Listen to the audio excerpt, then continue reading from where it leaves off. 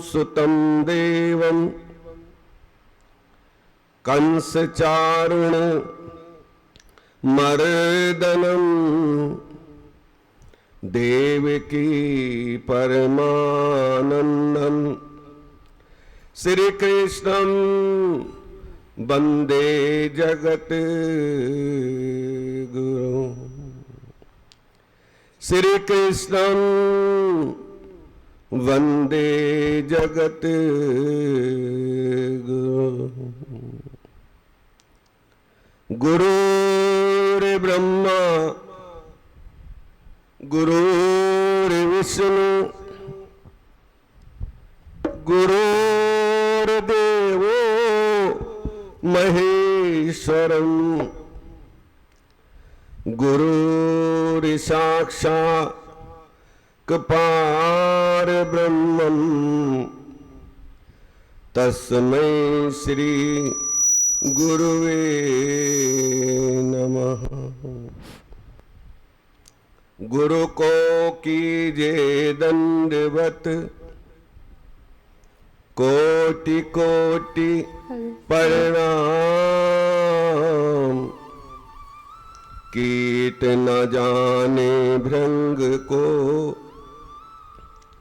गुरु कर ले आप क्षमा।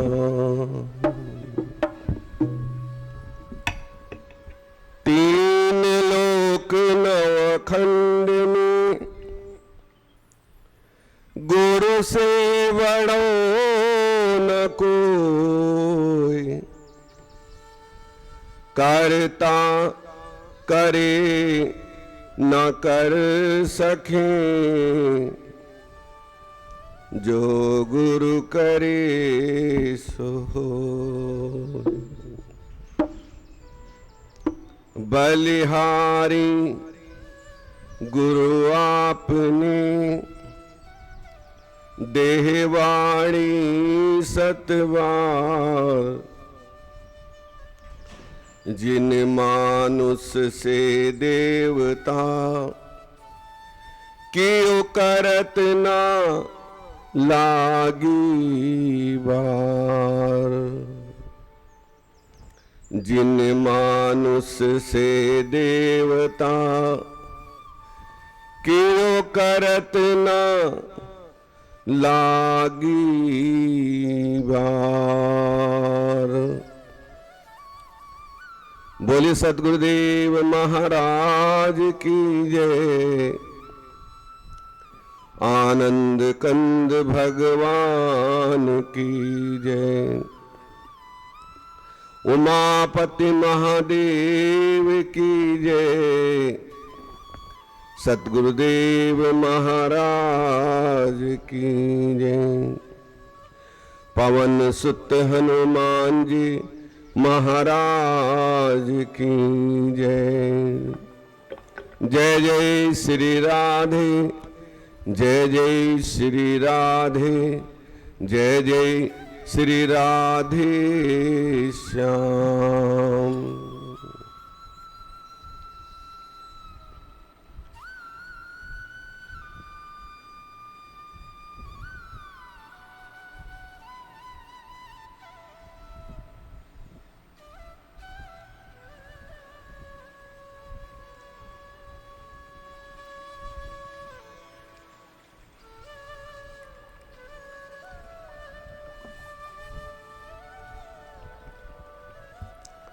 ब्रह्मा जी बोले तब स्तुति को सुनकर सृष्टि करता शिव जी ने प्रसन्न होकर हम सबको आगमन का कारण पूछा।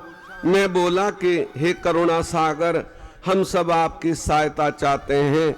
हे परमेश्वर, हम सब मिलकर ही सृष्टि रचना पालन और संहार करते हैं, परंतु जब आप इस प्रकार वैराग्य होकर असुरों को मारोगे ही नहीं, तब संसार की सृष्टि और स्थिति कैसे रहेगी। आप इस कार्य में सहयोग दीजिए। आप ही से हमारा और विष्णु का अभिप्रभाव हुआ है। हे प्रभु, आप ही के उससे तो सारा संसार है,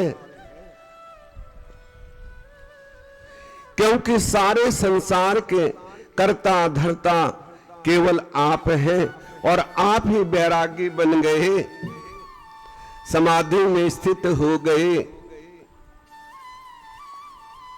तो असुरों का संहार कैसे होगा? ये तो खरपतवार की तरह बढ़ते ही जाएंगे, बढ़ते ही जाएंगे और धर्म की हानि हो जाएगी। जब धर्म की हानि हो जाएगी तो फिर धरती पे क्या रहेगा? इसलिए आप हमारी सहायता करें, हमें बल दें, ताकि असुरों का संहार हो सके।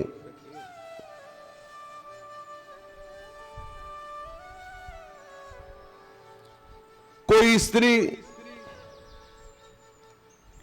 हितार्थ भाव रूप से कोई स्त्री करे, अपने आप में पहले कहा भी था, जब से मैं गुणसागर रुद्र रूप में प्रकट होऊंगा तब सहता और स्त्री से विवाह कर लूंगा। कि पुनः हम तुम्हें स्मृति दिलाते हैं कि आपने ये कहा भी था।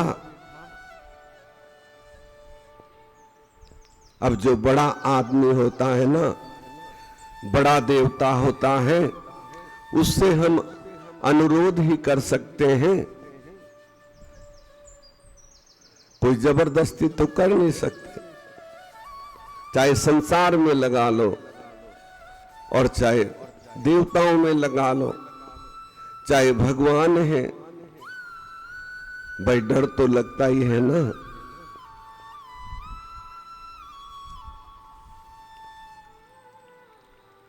विवाह कर संसार का कार्य करूंगा। अब आप अपनी प्रतिज्ञा को पूर्ण कीजिए, अथवा संसार का कार्य करने के लिए आप एक स्त्री ग्रहण कर लीजिए। नारद, जब मैंने ऐसा कहा तब विष्णु के समीप ही मुझसे शंकर जी बोले, हे विष्णु, तुम दोनों ही सब देवों के श्रेष्ठ हो, तीनों लोकों के स्वामी हो, परंतु देव श्रेष्ठो, मुझे विवाह करना उचित नहीं प्रतीत होता, क्योंकि मैं तपस्वी और विरक्त हूं। मैं तो तपस्वी हूं,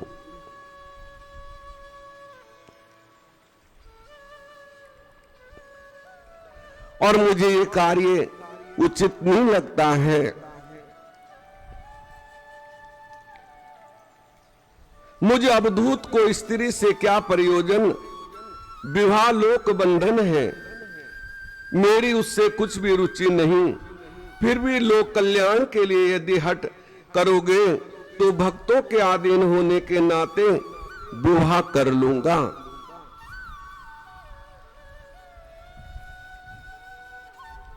यदि तुम हट करोगे तो भक्तों के अधीन होने के नाते चलो विवाह कर लूंगा, लेकिन मेरी कोई इच्छा नहीं है कि मैं विवाह करूं। परंतु पहले तो आप उस काम रूपणी योगिनी को उपदेश दें, कीजिए जो विवाह पूर्व मेरे तेज को श्रवण कर सके। जब मैं योगी हूं तब यो योगिनी हो जाए, जब मैं कामासक्त हो जाऊं तब वो कामनी हो जाए। और पत्नी को ऐसा ही होना चाहिए।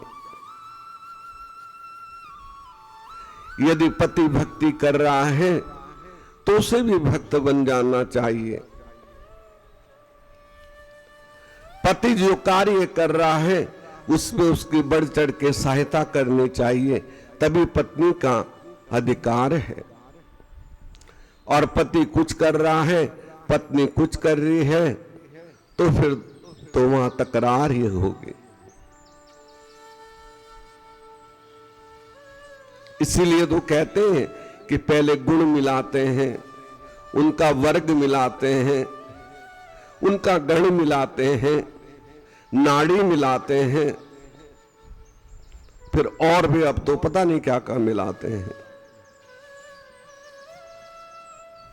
तो तब जाके विवाह संपन्न होता है। अन्यथा उसका मुंह इधर, उसका मुंह उधर, तो कहां दोनों में संयोग होगा। तो भगवान ने कहा कि जैसा मैं रूप धारण करूं वैसा ही वो भी कर ले, तब तो चलो कुछ बात बन जाएगी। अन्यथा मैं तो अवधूत हूं, योगी हूं, शमशान में रहने वाला हूं, शमशान की विभूति लगाने वाला हूं, मुझे क्या प्रयोजन संसार के प्रपंच से।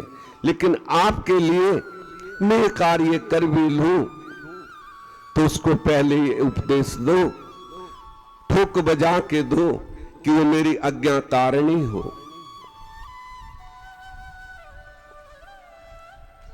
लेकिन वो समय कुछ और था। आजकल तो कह भी देंगे हाँ बहुत अच्छी है, हर तरह से गुण संपन्न है, आज्ञाकारिणी, और जब आती है तब पता चलता है कितनी आज्ञाकारिणी है। इसमें बुराई नहीं है। माता तो जगत जननी है। जो माताओं का रूप है वो साक्षात दुर्गा है, काली है, भद्रकाली है, चामुंडा है और वैष्णवी है, अन्नपूर्णा है, लक्ष्मी स्वरूपा है। तो कैसी पत्नी होनी चाहिए? लक्ष्मी स्वरूपा।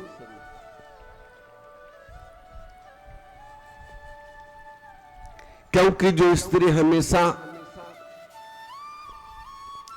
अपने पति के चरणों में ध्यान करती है ना, हमेशा उनके चरणों में उसका मन रहता है, तो ऐसा पति सर्वगुण संपन्न और लक्ष्मी का भोक्ता होता है। अब लक्ष्मी जी को आप देखते हैं ना कि विष्णु जी के चरण दबाते हुए हर जगह आपको मिलेंगी।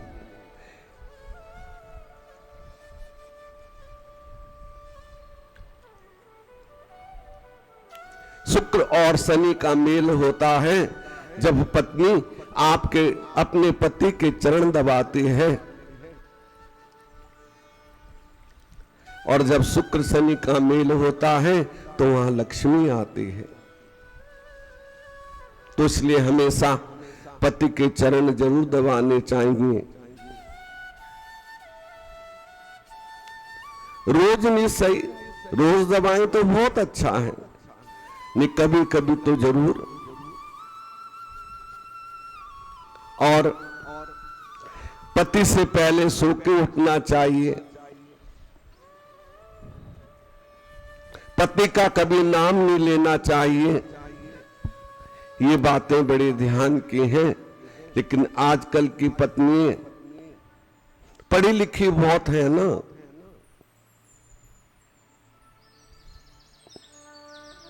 यदि कह भी देगा पति चलो उठ जाओ अब सवेरा हो गया, तो कहेंगी नाम लेके पुकारते हैं। जो भी नाम है, पहले मेरे लिए एक चाय का कप ले आओ, उसके बाद मैं उठूंगी। सब तो नहीं, लेकिन कोई कोई है, लेकिन पढ़ी लिखी बहुत है, इसलिए सभ्यता है। पहले अनपढ़ होते थे, उनको डर होता था और वो सेवा में तत्पर रहती थी। पति ने कुछ कह भी दिया तो सहन कर लेती थी। और अब तो भगवान ही मालिक है। यदि पति थप्पड़ उठाता है तो वो डंडा उठा लेती है कि मैं कोई कम थोड़ी हूं तेरे से। वो काली का रूप धारण कर लेती हैं कि मैं भी काली हूं। तो भगवान ने पहले ही देवताओं से कहा, है तो वो जगत जननी जगदम्बा है, लेकिन फिर भी भाई समर्थन तो करवाना पड़ता है ना। अब पंडित जी जब फेरे होते हैं वचन भरवाते हैं, इसीलिए तो भरवाते हैं, लेकिन वचनों पे कोई चलता है? ना पति चलता है ना पत्नी चलती है। और जो उन वचनों को निभा ले तो फिर कल्याण ही कल्याण है, फिर तो झगड़ा कहीं है ही नहीं।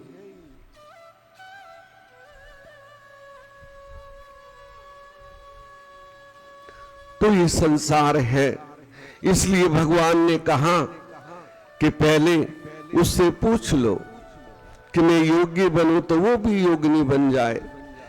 मैं एक बिल्कुल निर्वस्त्र हूं, वो जादिनी एक साड़ी पहन ले, सब कुछ त्याग दे, उसे कोई मोह ना हो वस्त्र आभूषण, तब कामनी बन जाए। अस्तु पहले मेरे अनुराग करता स्त्री को आप ऐसा उपदेश तो करो कि वो मेरे वचनों की विश्वासनीय होगी या नहीं।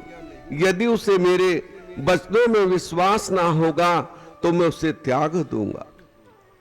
ब्रह्मा जी कहते हैं कि जब शंकर जी ने मुझसे ऐसा कहा तब मैंने और विष्णु ने प्रसन्न होकर हंसकर बड़ी नम्रता से उनसे कहा, हे नाथ, आपके योग्य स्त्री बतलाते हैं। जिस लक्ष्मी ने पहले 2 रूप धारण किए थे वही अब तीसरे रूप में भिन्न रूप से उमा नाम से प्रकट हुई है,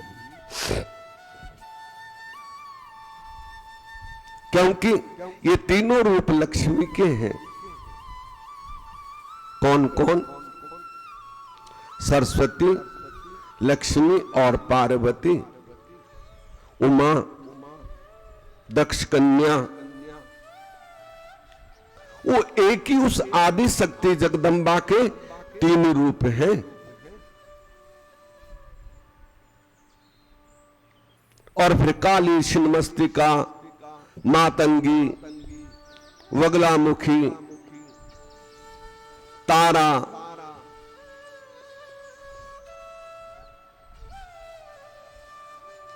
दस महाविद्याएं हैं, उनके अनेक रूप हुए, लेकिन मुख्य उस आदि शक्ति के वो 3 ही रूप हैं, काल, लक्ष्मी, सरस्वती और पार्वती। तीसरे रूप में उमा नाम से प्रकट हुई है। लक्ष्मी और रमा से तो आपने पति बना लिया, परंतु उमा अभी किसी की स्त्री नहीं हुई, अभी दक्ष कन्या हुई है। सती उसका नाम है, वही महातेजस्विनी सती तुम्हें अपना बनाने के लिए दृढ़ व्रत तब कर रही है। महेश्वर, आप उस पर कृपा करके उसे वर देने जाइए, इच्छित वर देकर उससे विवाह करें।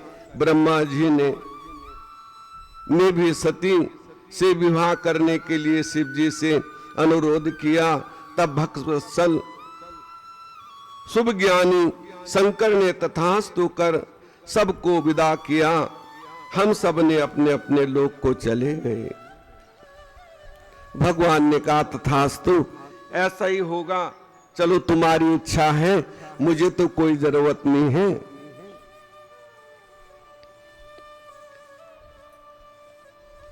योगियों को क्या जरूरत है?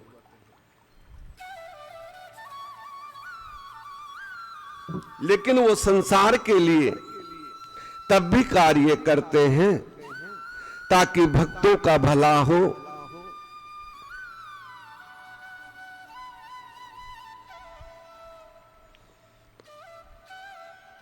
संसार की भलाई के लिए वो कार्य करते हैं। जो समझ गया वो समझ गया, जो ना समझा वो अज्ञानी है। ब्रह्मा जी बोले, सती ने फिर नंदा का व्रत किया। तब शंकर जी प्रसन्न हो दर्शन देने आए। शंकर को देख सती ने किंचित लज्जा से सिर झुका उनके चरणों में प्रणाम किया। शिव जी बोले, सुव्रते, मैं तुम्हारे व्रत से प्रसन्न हूं। तब तो सती और भी लज्जित हो गई। उनके हृदय में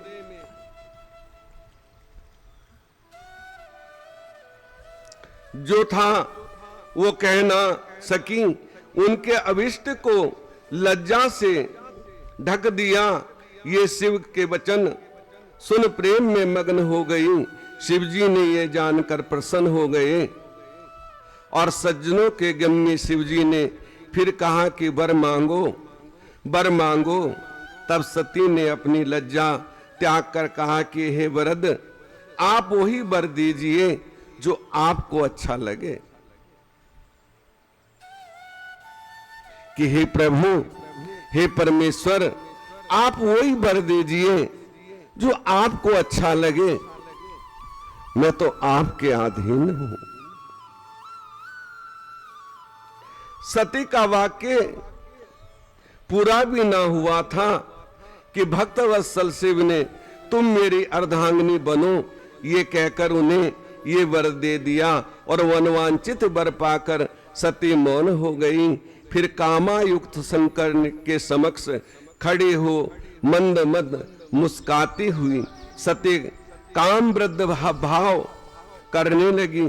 शिवजी का सिंगारिक भाव जागृत हो गया।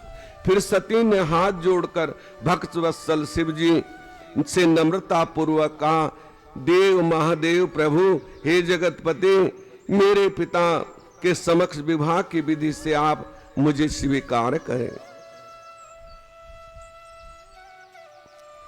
आप यदि मेरे पिता के स्वीकार करें। सती के वचन सुन भक्तवत्सल ने उन्हें प्रेम से देखा और तथास्तु के सती ने मोह और हर्ष से युक्त शिव जी को समझा और उनसे आज्ञा ले माता के पास गई। शिव जी हिमालय शिखर पर अपने आश्रम में पहुंचे और वहां पहुंचकर स्मरण किया। उसके पास पहुंचे भगवान शंकर ने मेरी ओर देखकर कहा कि हे ब्राह्मण, तुम मेरी आज्ञा से दक्ष के पास जाकर कन्या देने का कोई शीघ्र उपाय करो। शिव आज्ञा पा कृतज्ञ हुए शीघ्र ही दक्ष के घर पहुंचा। उधर सती अपने पिता के पास शिव जी से प्राप्ति का समाचार कहला रही थी। उसकी प्रसन्नता में उनके माता पिता बड़ा उत्सव कर रहे थे। तब सहसा मुझे वहां उपस्थित हुआ देख दक्ष ने सिर झुकाकर प्रणाम किया और आसन देकर बिठाया। आगमन का कारण पूछा।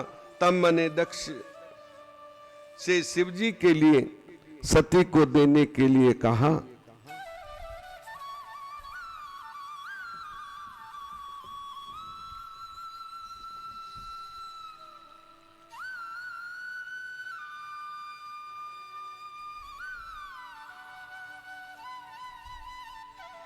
दक्ष ने सिर झुकाकर प्रणाम और आसन देकर बैठाया।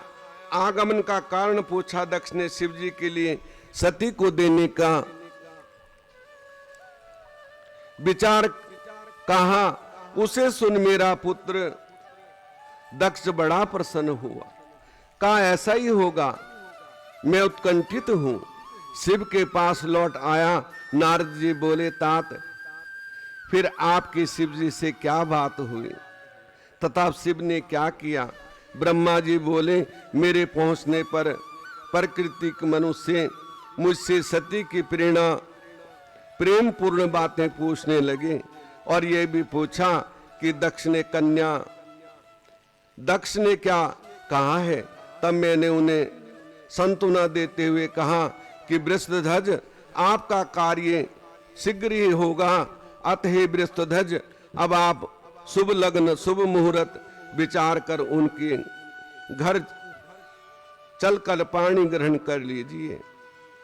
पर शिव जी ने प्रसन्न होकर कहा, अच्छा तुम्हारे और नारद जी के साथ में उनके घर चलूंगा।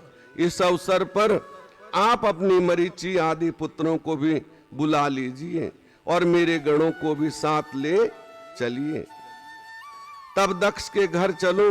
मैंने अपने मरीचि आदि पुत्रों का स्मरण करते ही गरुड़ पर बैठे भगवान विष्णु भी आ गए। सभी देवी देवता वहां पर पहुंच गए, चले आए। चैत्र शुक्ला त्रयोदशी रविवार के दिन फागुनी नक्षत्र में शिवजी ने वह यात्रा की। ब्रह्मा विष्णु आदि सभी देवता मुनि उनके साथ हुए। मार्ग में जाते हुए शिवजी की अत्यंत शोभा हुई।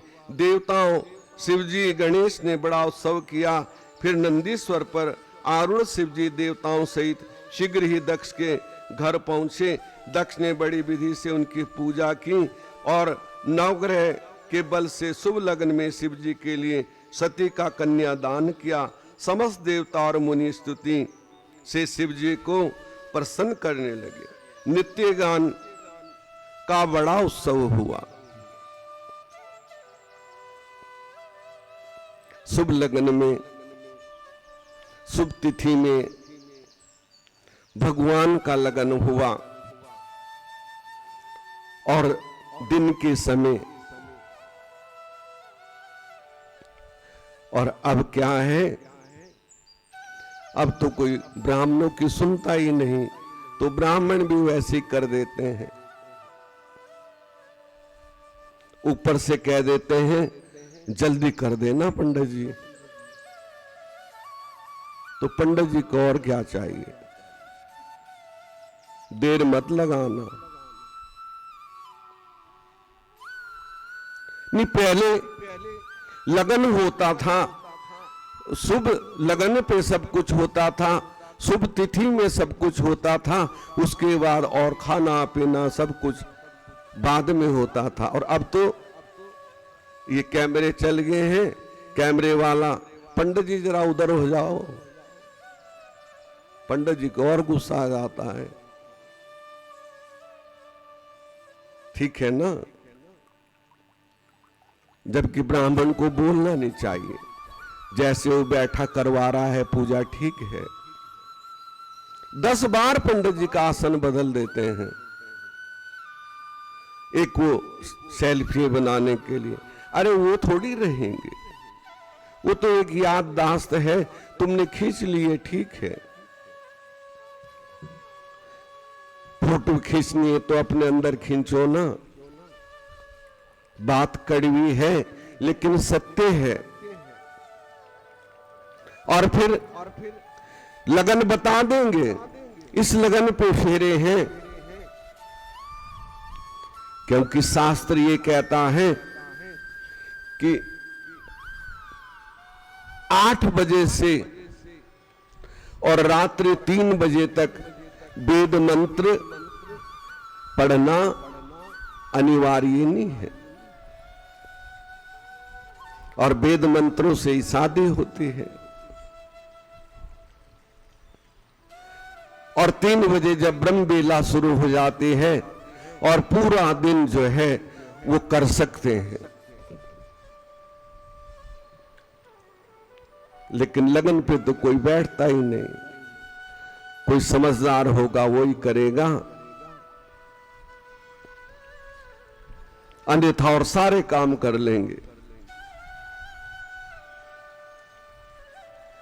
तो शुभ लगन, शुभ तिथि, शुभ समय में यदि लग्न हो तो वो फिर रिश्ता चिरायु होता है।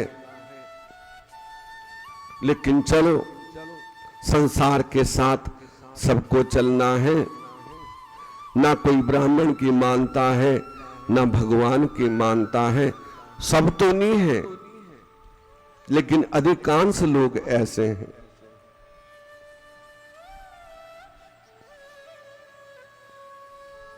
ये सही है ना या गलत है?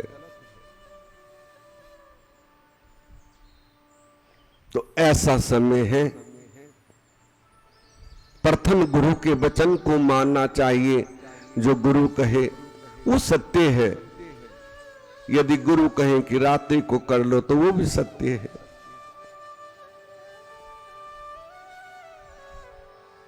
तो ये सब बातें जानने योग्य हैं। जान जाएं तो सब अच्छा होगा। और नहीं फिर आप देख ही रहे हैं, कोई ना कोई दुख कष्ट तभी आता है। फिर हम पूछते फिरते हैं ऐसा क्यों हो गया, ऐसा क्यों हो गया। तो शुभ लगन में सती का पानी ग्रहण किया।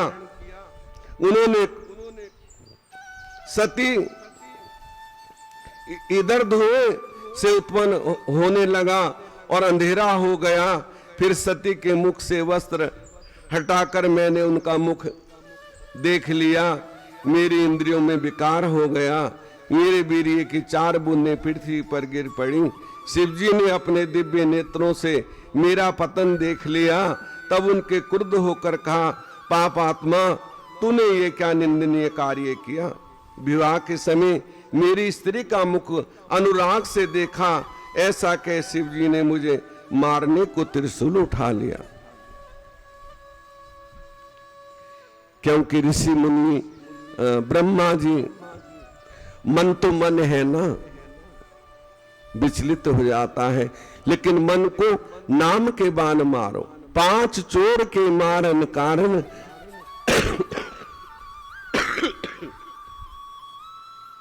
नाम का बाण दिया।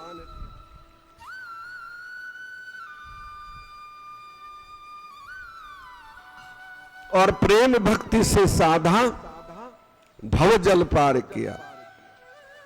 5 चोर के मारने के लिए नाम का बाण है। यदि कोई ऐसा विकार आ भी जाए तो नाम का सिमरन कर लो। और कलयुग में तो कलयुग केवल नाम आधारा, सुमर सुमर नर उतरहि पारा। कलयुग में तो नाम ही सर्वोपरि है। ये बात ध्यान रखना।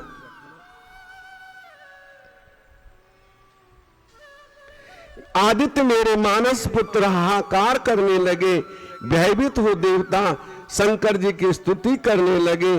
दक्ष ने भी सामने हाथ उठाकर शिव जी के से कहा, विष्णु से कहने के अनुराग में सती का काम दृष्टि से देखने वाले को मार डालूंगा, अपने इस अपराधी का वध करूंगा। शिव जी के ऐसा कहते ही सारे देवता कांप उठे। इस अक्षण भर में शिव की बड़ी स्तुति की। शंकर ने कहा, हे विष्णु, तुम मुझे प्राणों से भी प्रिय हो, मुझे हटाओ नहीं, इस दुष्ट को मारने दो। ये ब्रह्मा बड़ा दुष्ट है। अब सृष्टि को मैं रचूंगा अथवा अपने तेज से दूसरा ब्रह्मा बना लूंगा। क्योंकि खुरापात तो सब ब्रह्मा जी की थी। ये विवाह करना भी ब्रह्मा जी का ही था। शुरू से ब्रह्मा जी चल रहे हैं ना।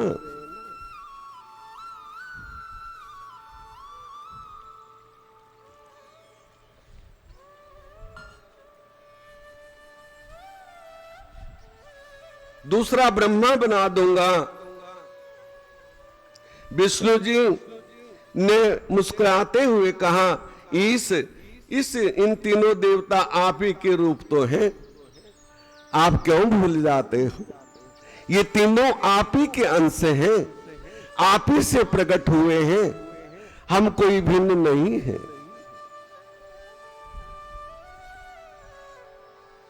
तथा आप मुझसे भिन्न नहीं। सर्वज्ञ, आप सब कुछ जानते हुए आप शिव ही अनंतर और सर्वरूप विष्णु के इस प्रकार बहुत कहने पर शिव जी ने मुझे नहीं मारा और वे महादेव फिर प्रसन्न हो गए। ब्रह्मा जी बोले, नारद, जब शिव जी ने मेरा वध नहीं किया तो सब देवता प्रसन्न हो जय जयकार करते हुए शिव स्तुति करने लगे। मैंने अनेक स्तोत्रों से उनकी स्तुति की। तब भगवान शंकर ने प्रसन्न हो सबके सामने मुझे कहा कि तात, ब्रह्म निर्भय हो जाओ, मेरी आज्ञा से अपना मस्तक स्पर्श करो। मैंने अपना मस्तक छूकर उन्हें प्रणाम किया। शिव ने मेरे मस्तक पर जा बैठे। इंद्र आदि देवताओं के देखते ही मैं लज्जित हो गया। फिर शिव जी की स्तुति कर मैंने उनसे क्षमा याचना की। इस पाप की शुद्धि का कोई उपाय पूछा। शिव जी ने कहा, तुम मेरी आराधना कर तप करो। रुद्र ने सिर पृथ्वी पर ख्याति होगी और तुमने तेजस्वी ब्राह्मणों के कार्य सिद्ध होंगे। तुमने अपना वीर्यपात कर मनुष्य जैसा कार्य किया है। अब तुम मनुष्य बनकर पृथ्वी पर विचरण करोगे। तो ये भगवान का श्राप है कि आज जो ब्राह्मण हैं वो ब्रह्म रूपी हैं, लेकिन ब्राह्मण पूजने योग्य हैं। गौ ब्राह्मण जो पूजा के योग्य हैं,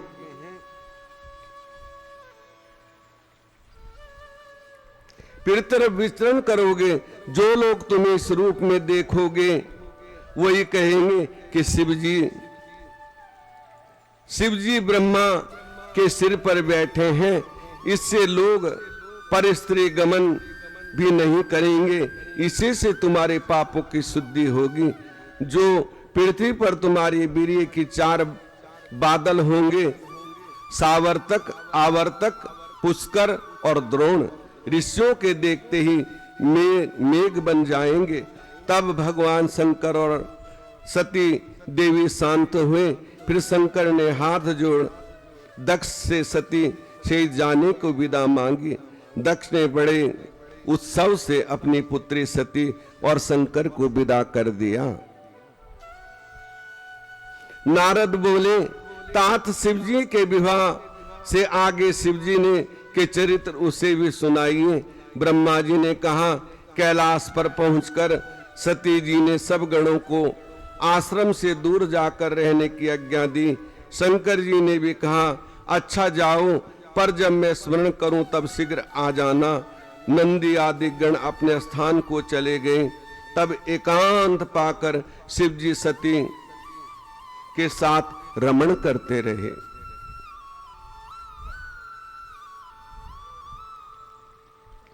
बहुत साल बीत गए, लेकिन देवताओं को फिर चिंता होने लगी।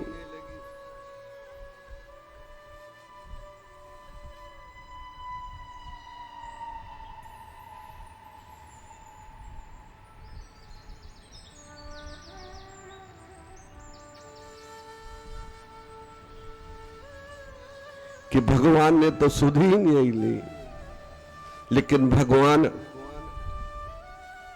इतने मस्त हो गए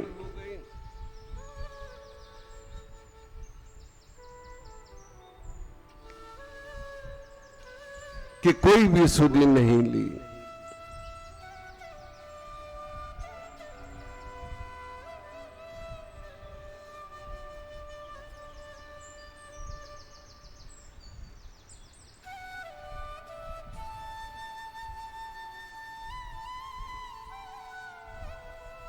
मैं भूल गया था रजूस की।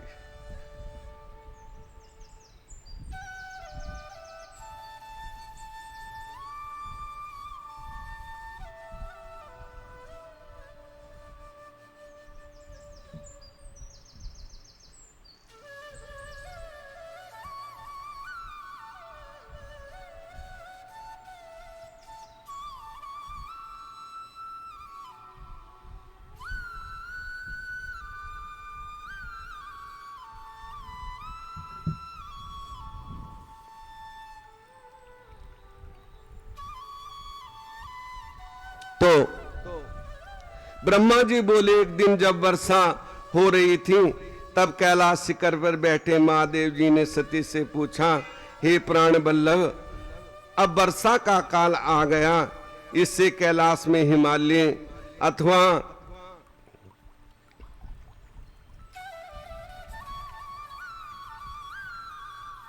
पृथ्वी कहीं रहने योग्य स्थान नहीं, चलकर सती ये प्रार्थना सुनकर कैलाश वासी दीनों के दुख हरता भगवान शंकर के हास्य करते हुए सती से कहा कि प्रिय, जहां मैं तुम्हारे साथ रहूंगा वहां मेघ कभी नहीं आएंगे। वर्षा काल भी मेघ हिमालय के नितंब पर ही भ्रमण करते रहेंगे। ये जानकर आप चाहे जिस गिरिंद्र पर चलने को चलिए, कहिए मेरे विचार से हिमालय सर्वोत्तम है कि जहां आप और हम वास करेंगे ना, वहां मेघ नहीं आएंगे।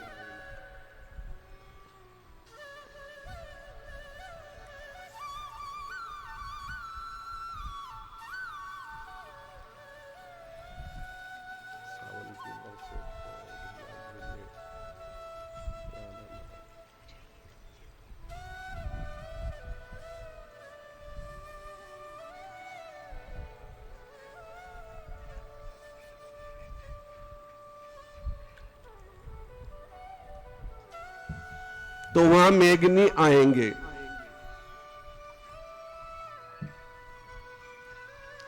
ब्रह्मा जी बोले, निर्वास शिव जी सती बैठे वार्तालाप कर रहे थे कि शिव जी को प्रसन्न देख सती बड़ी नम्रता के साथ बोली,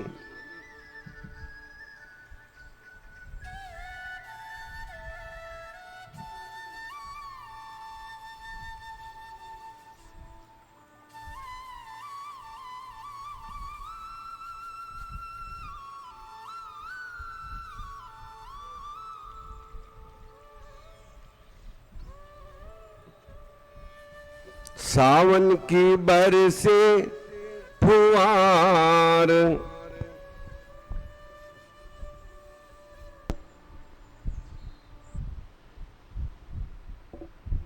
रिमझिम बरसे फुहार, झूला झूले गौरारा भोले संग गौरा रानी। रिमझिम बरसे फुहार, भोले संग झूला झूल गौरा रानी।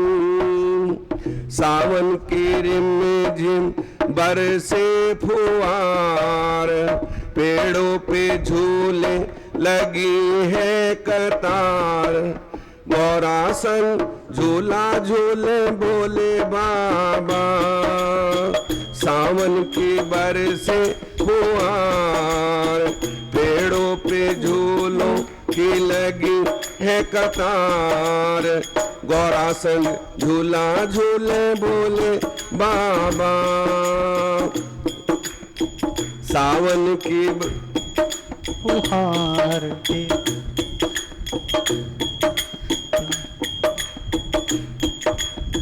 झूला झूले बोले बाबा, पेड़ों पे झूलों की लगी है कतार। आपको आता है बोल दो।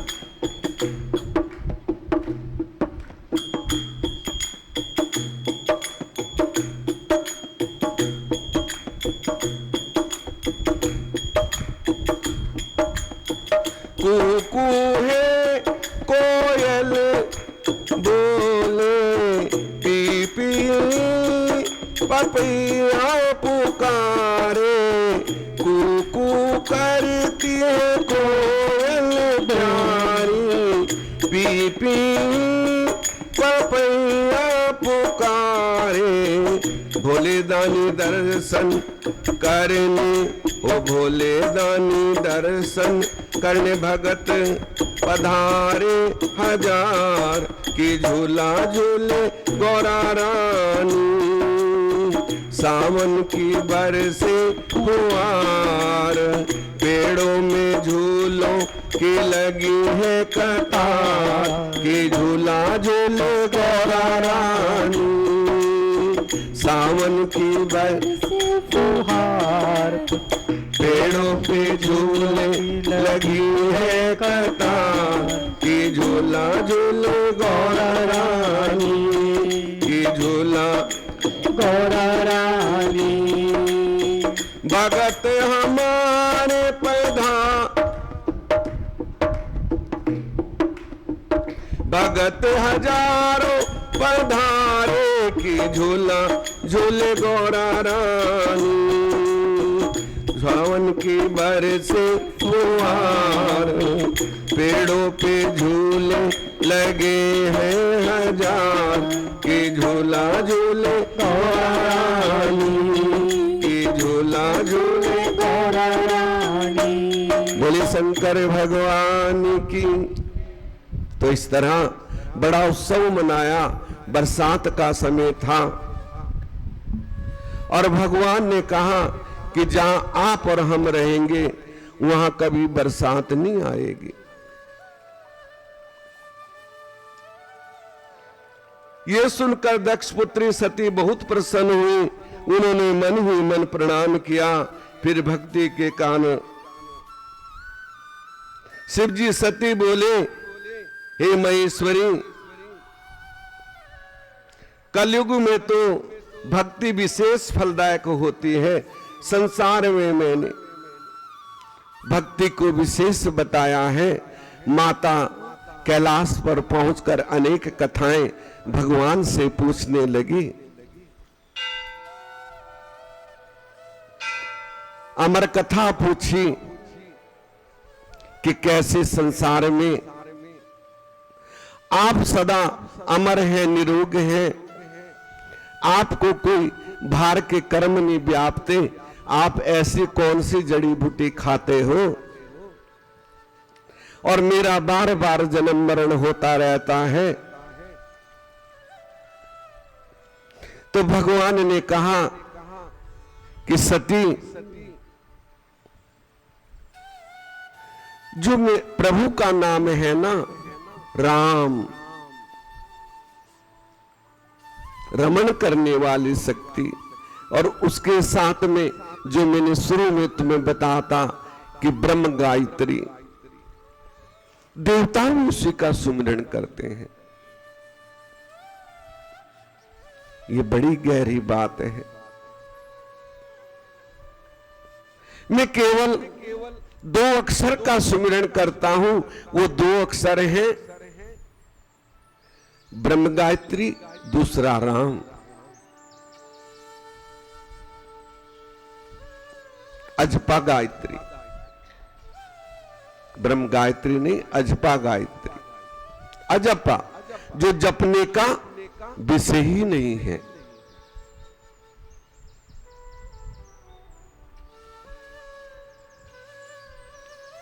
वही फलदायक होती है।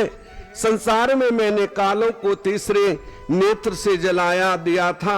भक्ति के लिए तो मैंने रावण का त्याग कर दिया था और कुछ भी पक्षपात ना किया। भक्ति के कारण ही तो मैंने व्यास को नंदीश्वर से दंड दिलाकर काशी से बाहर करा दिया था। अधिक क्या कहूं, भक्ति ही में, भक्ति से ऐसी महिमा सुनकर दक्ष पुत्री सती बहुत प्रसन्न हुई। उन्होंने मन ही मन प्रणाम किया। फिर भक्ति के कारण लोक सुखदायक और जीवों के उद्धार की बात पूछी। जन्म शास्त्र और विशेषताएं, उनका मातम पूछा। सती के ऐसे प्रश्नों को सुनकर शिव जी बहुत प्रसन्न हुए। उन्होंने जीवों के उद्धार्थ प्रेम पूर्वक कहना प्रारंभ किया। उन्होंने इतिहास, कथा, भक्तों का महत्व और भक्ति का वर्णन, धर्म सहित राजधर्म, पुत्र स्त्री धर्म आदि वेदों शास्त्रों के तत्वों से कहा। इस प्रकार हिमालय पर क्रीड़ा करते हुए सती और शिव को ने और दूसरे स्थानों में विहार किया। कई स्थानों में कथाएं करते, क्योंकि भक्ति जो है वो स्वतंत्र है। क्रीड़ा करते रहे, कथा सुनाते रहे और अनेक स्थानों में घूमते रहे।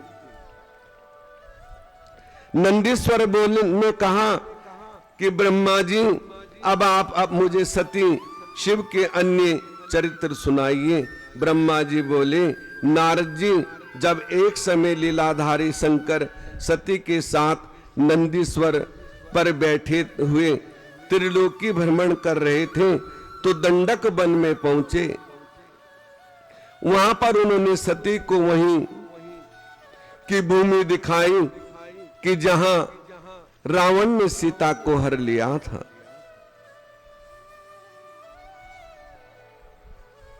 जाके वो भूमि दिखाई और भगवान राम सीता के वियोग में लताओं और वृक्षों से भी उनका परिचय पूछते हुए सीता का पता लगा रहे थे। सब ये बतलाते हुए देवादि देव शंकर जी वहां से आगे बढ़े तो उन्हें भाई लक्ष्मण के साथ सीता को खोजते देखते हुए भगवान श्री राम दिखाई पड़े। उसी प्रकार बिहरे थे। शिवजी ने दूसरे मार्ग से आगे जाकर प्रणाम किया और श्री राम जी को अपना दर्शन दिया। ये देख सती शिवजी की माया से मोहित हो गई। वो भगवती भी मोहित हो गई।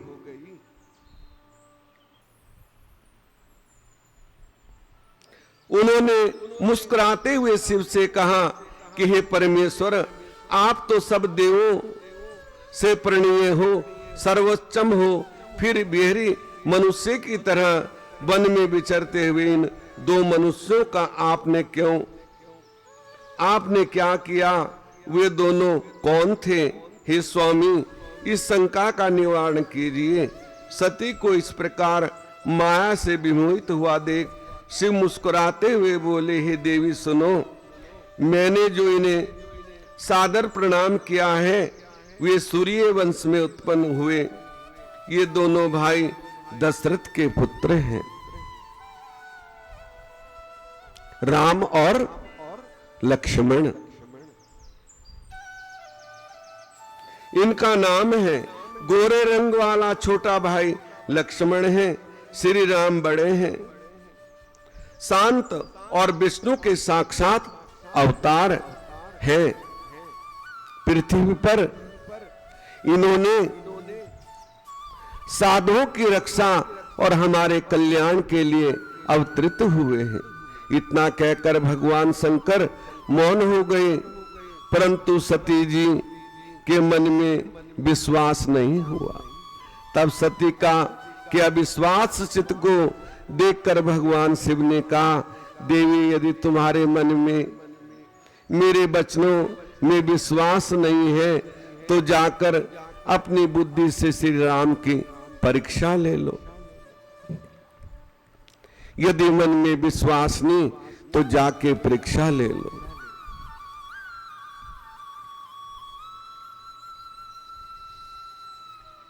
क्योंकि राम तो राम है, रमण करने वाले हैं।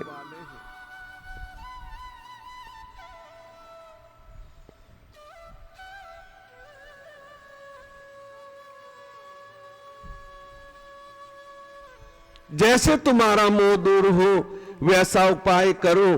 मैं तब तक बट वृक्ष की छाक में बैठकर तुम्हारी बाट जोता रहूंगा। सती ने सोचा ये मनुष्य है, क्योंकि मति सबकी भ्रमित हो जाती है।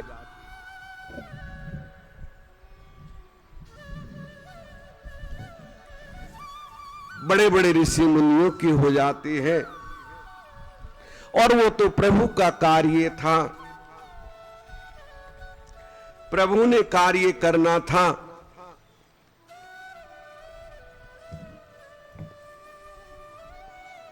इसलिए सती ने जो है, क्योंकि राजहट, बालहट और त्रियाहट, ये तीन हट जब तक पूरी नहीं होती ना, वो शांत नहीं होती। तो मां ने भी हट कर ली और जाके रास्ते में जो है सीता का रूप धारण कर लिया और एक तरफ खड़ी हो गई, बैठ गई। राम लक्ष्मण जब वहां पहुंचे तो उन्होंने जाकर प्रणाम किया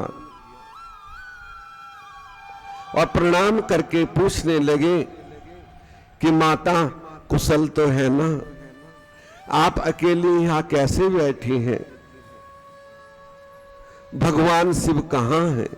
जब इतना कहा तो मानो जैसे पैरों के नीचे से जमीन खिसक जाती है, ऐसे सती जो है खिन्न हो गई, लेकिन कुछ नहीं बोली कि रूप तो सीता का था ना। और भगवान ने अपने दिव्य नेत्र से सब कुछ देख लिया कि सती ने सीता का रूप धारण किया है और सीता तो मेरी मां के समान है, वो लक्ष्मी स्वरूपा है। जबकि है एक ही शक्ति, ये समझने वाली बात है, लेकिन मान्यता अलग अलग है। जन्म कारण भई जननी, भोग कारण भारजा, और पूजने को भई देवी, अंत कारण काल का। रूप तो एक है ना, मां का रूप अलग है, बहन का रूप अलग है, पत्नी का रूप अलग है, और माता का रूप जो हमारी आदि शक्ति आराध्या है, जिसकी हम पूजा करते हैं, उसको हम अलग रूप से देखेंगे। लेकिन जो वास्तविकता है वो तो एक ही है ना। तो भगवान ने देख लिया और जब आगे जाकर देखा, सती ने नेत्र बंद कर लिए और जाकर देखा तो उनको सीताराम लक्ष्मण सहित जिधर देखती हैं वही दिखाई देते हैं। वो डर गई, भ्रमित हो गई और वहां से उठ के भगवान के पास गई, शिव के पास गई।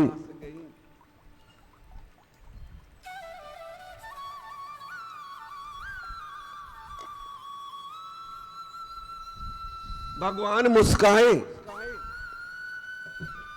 और कहा परीक्षा कर ली ना। तब भी कह देती कि हां मैंने कर ली है, ऐसे ऐसे मैंने रूप धारण किया, तो चलो कुछ बात बन जाती। लेकिन वहां कह दिया हां मैंने आप ही की तरह प्रणाम किया और कोई परीक्षा नहीं की है। भगवान मुस्काए। उन्होंने फिर सती की जगह दक्ष कुमारी लगाया कि चलो चलते हैं और हिमालय पे जाके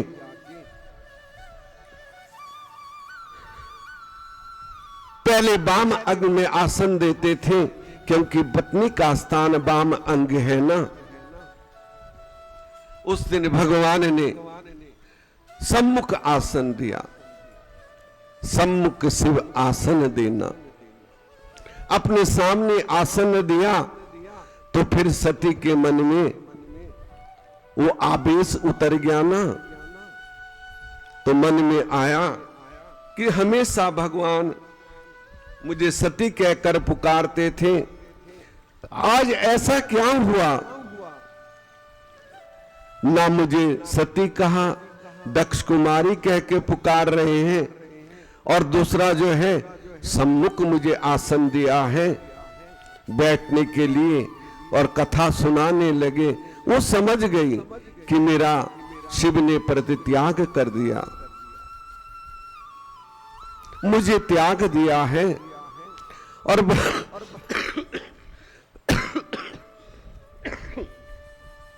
भगवान ने सोचा कि यदि मैं इसे कहूंगा तो दुख होगा, ये खुद ही समझ जाए तो ज्यादा अच्छा है, क्योंकि प्रभु तो ऑर्डर दानी है ना, वो किसी को कष्ट नहीं देना चाहते।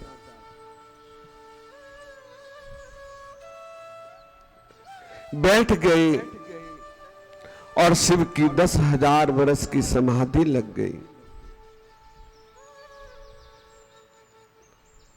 समाधि में स्थिर कथा करते करते मौन हो गए।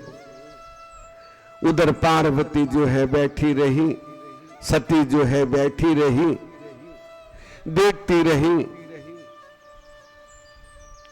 जब समाधि खुली 10,000 वर्ष के बाद तो क्या देखती है कि आकाश में विमान जा रहे हैं, जिनमें देवी देवता साधु संत यक्ष किन्नर नाग मुनि बड़ी चर्चा करते हुए, चांद सूरज तारे सभी दक्ष की प्रशंसा करते हुए दक्ष ने एक बड़ा यज्ञ किया, जिसमें सभी देवताओं को तो बुलाया, लेकिन भगवान शिव और पार्वती सती को नहीं बुलाया। वो कह रहे दक्ष के यहां यज्ञ है और सभी को बुलाया है। पर सती ने सुन लिया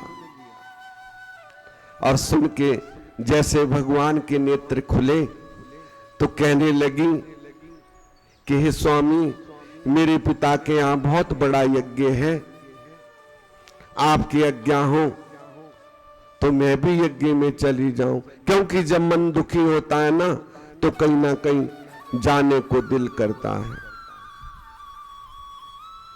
कहीं यात्रा करिए हूं, कहीं किसी के पास जाके थोड़ी देर बैठ जाऊं। तो कहने लगे कि सती, और से तो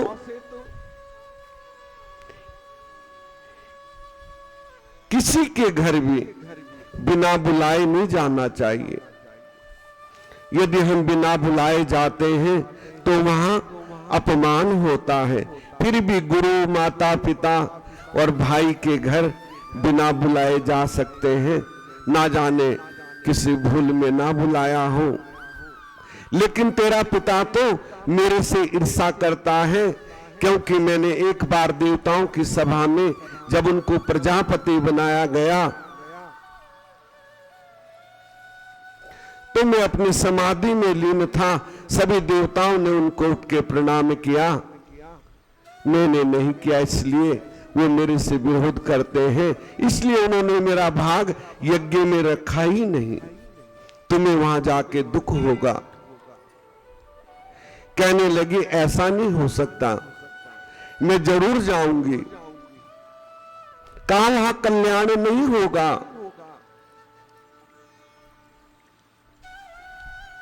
फिर भी नहीं मानी और भगवान ने नंदी भृंगी गणों को साथ भेजकर कहा कि पार्वती को सती को आदर से लेकर जाओ और दक्ष के यज्ञ में लेकर जाओ, फिर लौटाकर ले आना। सती वहां पर पहुंची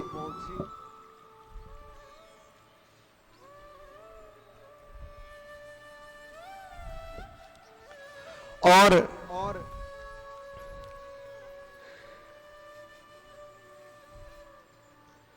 जैसे ही पहुंची, ब्रह्मा जी बोले जिस समय देवता ऋषिगण दक्ष के यज्ञ में उत्सव कर रहे थे उसी समय सती वहां पर पहुंच गई।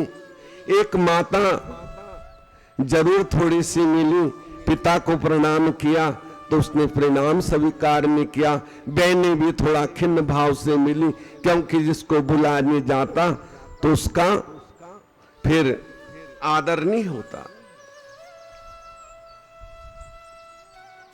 और सती ने सोचा ऐसा क्या है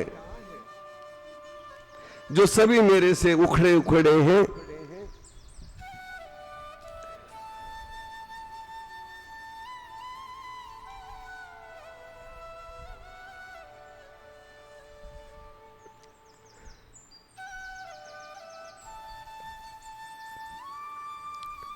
तो मन में भाव था, वो यज्ञ में देखने लगी तो उनको कहीं शिव का स्थान नहीं दिखाई दिया। तो मन में वही बात याद आ गई कि प्रभु ने सही कहा था कि तुम्हारा वहां जाने से कल्याण नहीं होगा। तो आइए एक भजन बोलते हैं, उसके बाद आरती करेंगे।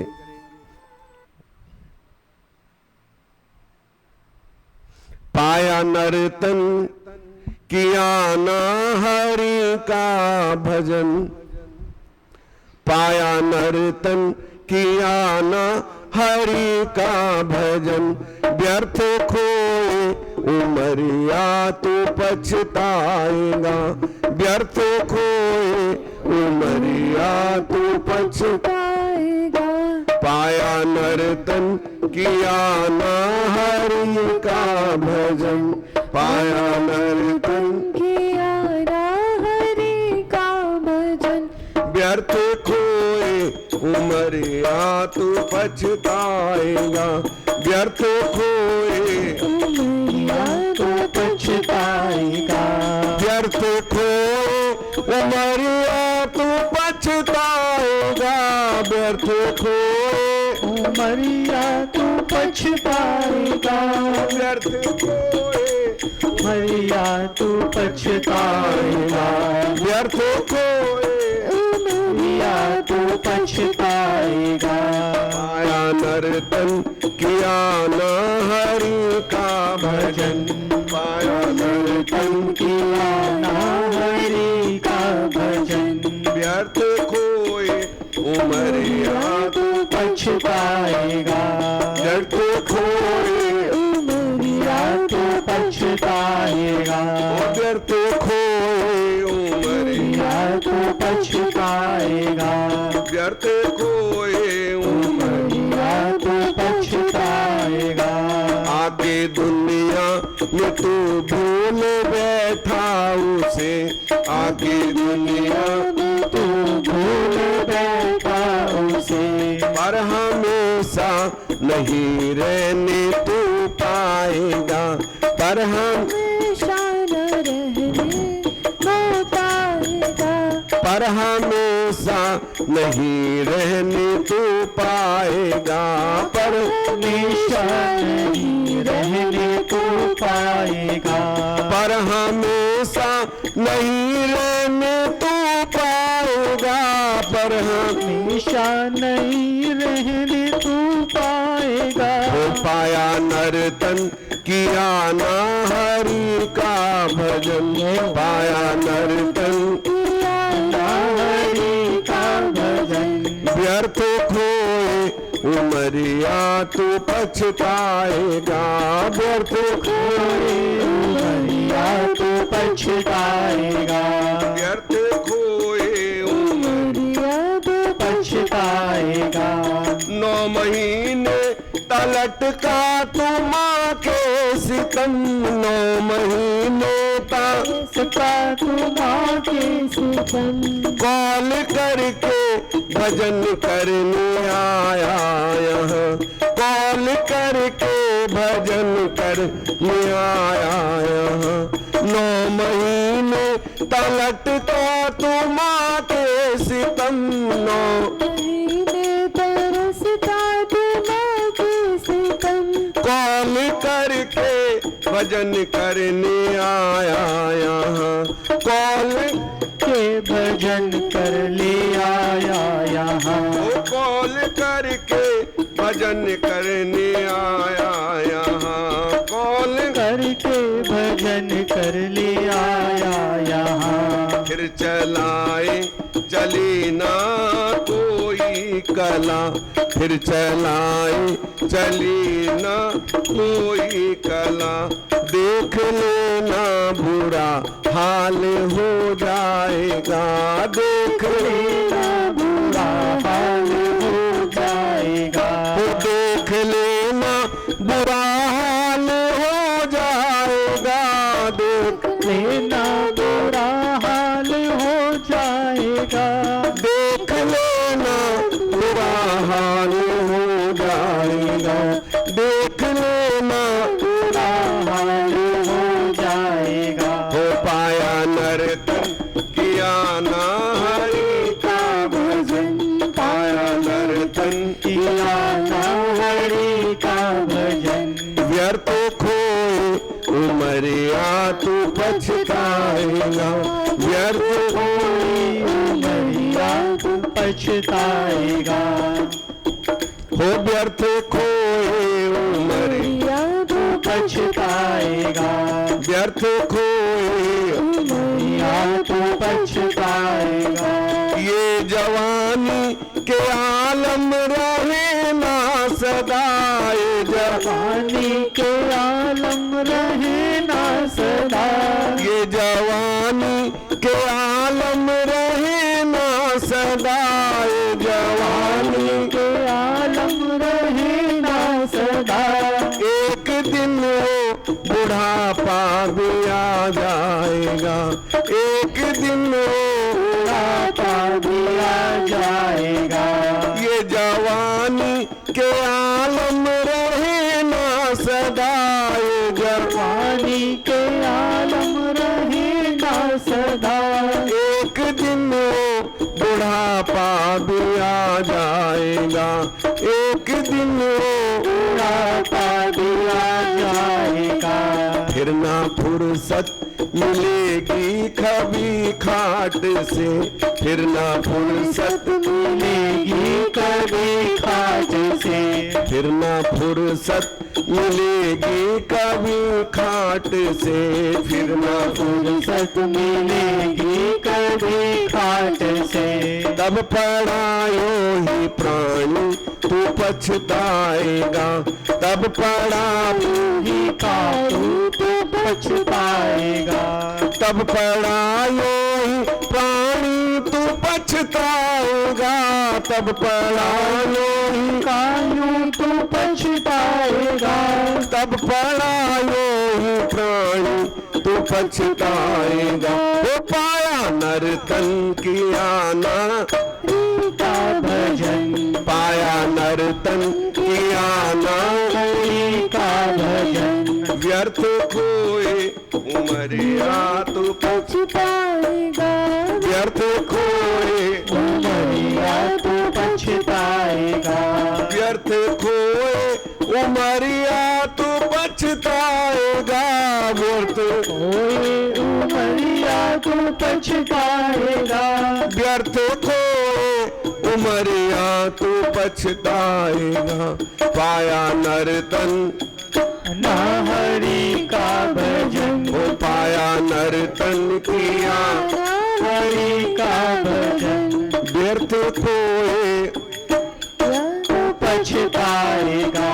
पेश होगा तो यम के दरबार में, जब पेश होगा तो यम के दरबार में, उस घड़ी का तो कोई ठिकाना नहीं। पेश होगा तो जब यम के दरबार में, पेश होगा तू जब यम के दरबार में, उस घड़ी का तो कोई ठिकाना नहीं, उस घड़ी का कोई ठिकाना नहीं। मार हंटर तेरी वो गेड़े, मार हंटर तेरी उड़ा खाल दे, मार हंटर वो तेरी उड़ा खाल दे, मार हंटर तेरी वो उड़ा खाल दे।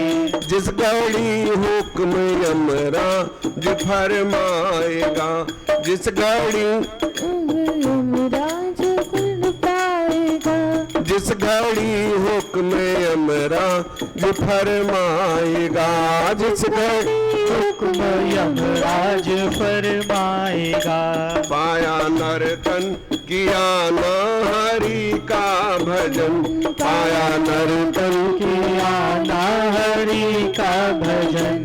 व्यर्थ खोए उमरिया तू पछताएगा, व्यर्थ उमरिया तू पछताएगा। हो व्यर्थ खोए उमरिया पछताएगा। व्यर्थ खोए उमरिया तू पछताएगा। बोली सद्गुरुदेव महाराज की जय। जय श्री राधे, जय जय श्री राधे, जय जय श्री राधे श्याम। तो व्यर्थ खोए उमरिया तो पछताएगा। 9 महीने तू लटका था मां के सितम, और कॉल करके भजन करने,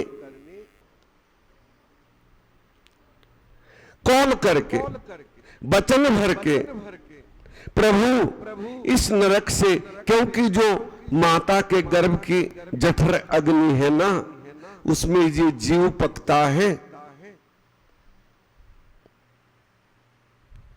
और पक पक के तब ये शरीर बनता है,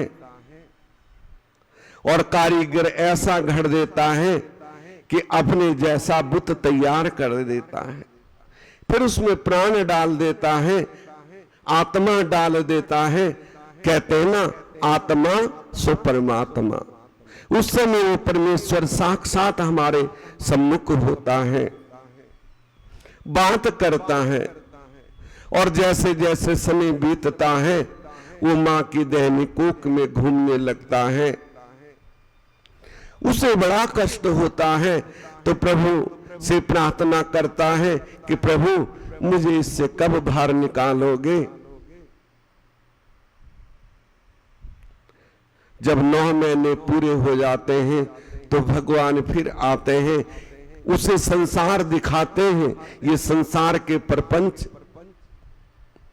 उसकी दिव्य दृष्टि होती है, जैसे दिव्य दृष्टि होती है ना किसी किसी की, संत की, वो सब कुछ बैठे बैठे जान लेते हैं, तो उस समय उसकी दिव्य दृष्टि हो जाती है, उससे सब कुछ दिखता है, तो कहता है जीव प्रभु मुझे इसी में रहने दो,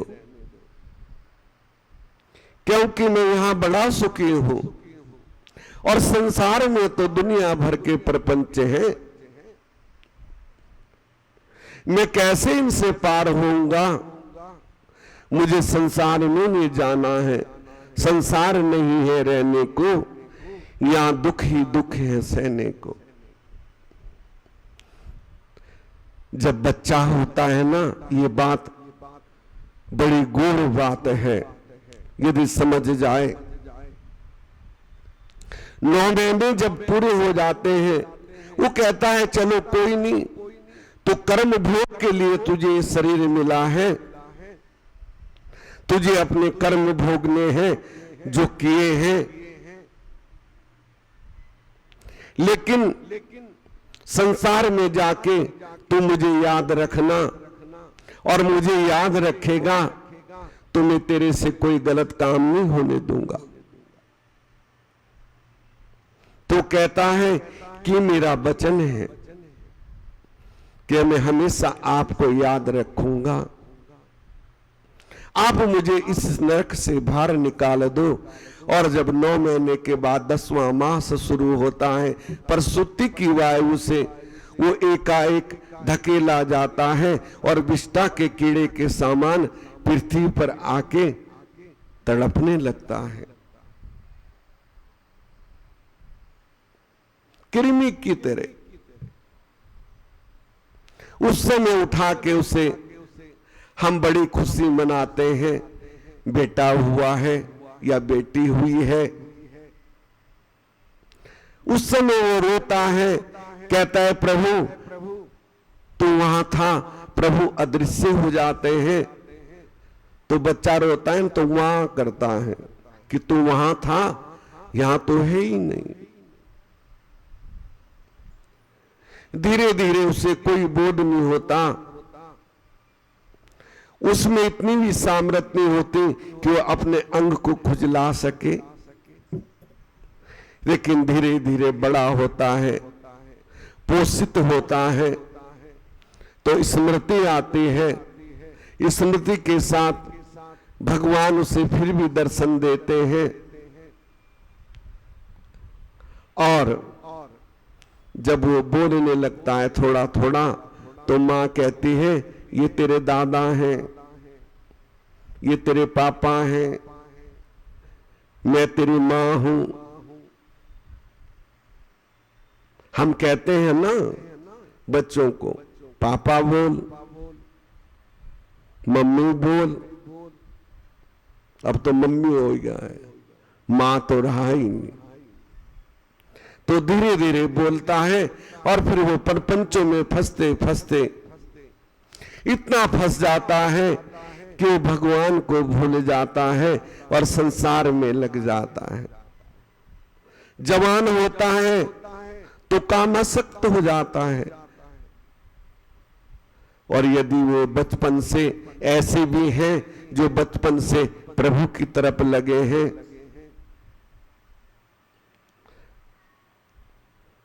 हम अपना प्रारब्ध भोगने के लिए यहां आते हैं, ये बात सच्ची है और पक्की है। तो उसमें हमें संतों का संग, भगवान का भजन अवश्य करना चाहिए। कथाओं से हमें यही प्रेरणा मिलती है कि लास्ट में तो वही काम आएगा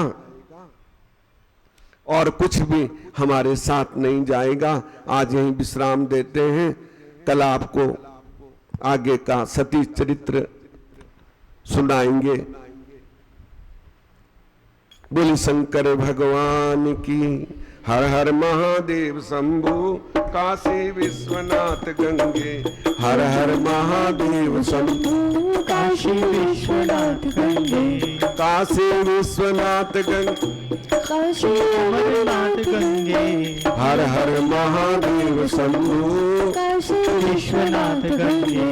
हर हर महादेव शंभु काशी विश्वनाथ गंगे। गोविंदा गोपाला गोविंदा गोपाला मेरो मुरली मनोहर नंद लाला।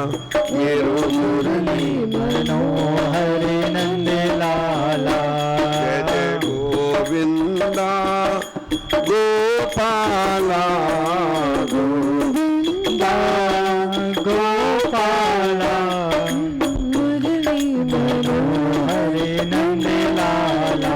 मेरो मुरली मनोहर नंद लाला। बोल शंकर भगवान की जय। जय श्री राधे, जय जय श्री राधे, जय जय श्री राधे श्याम।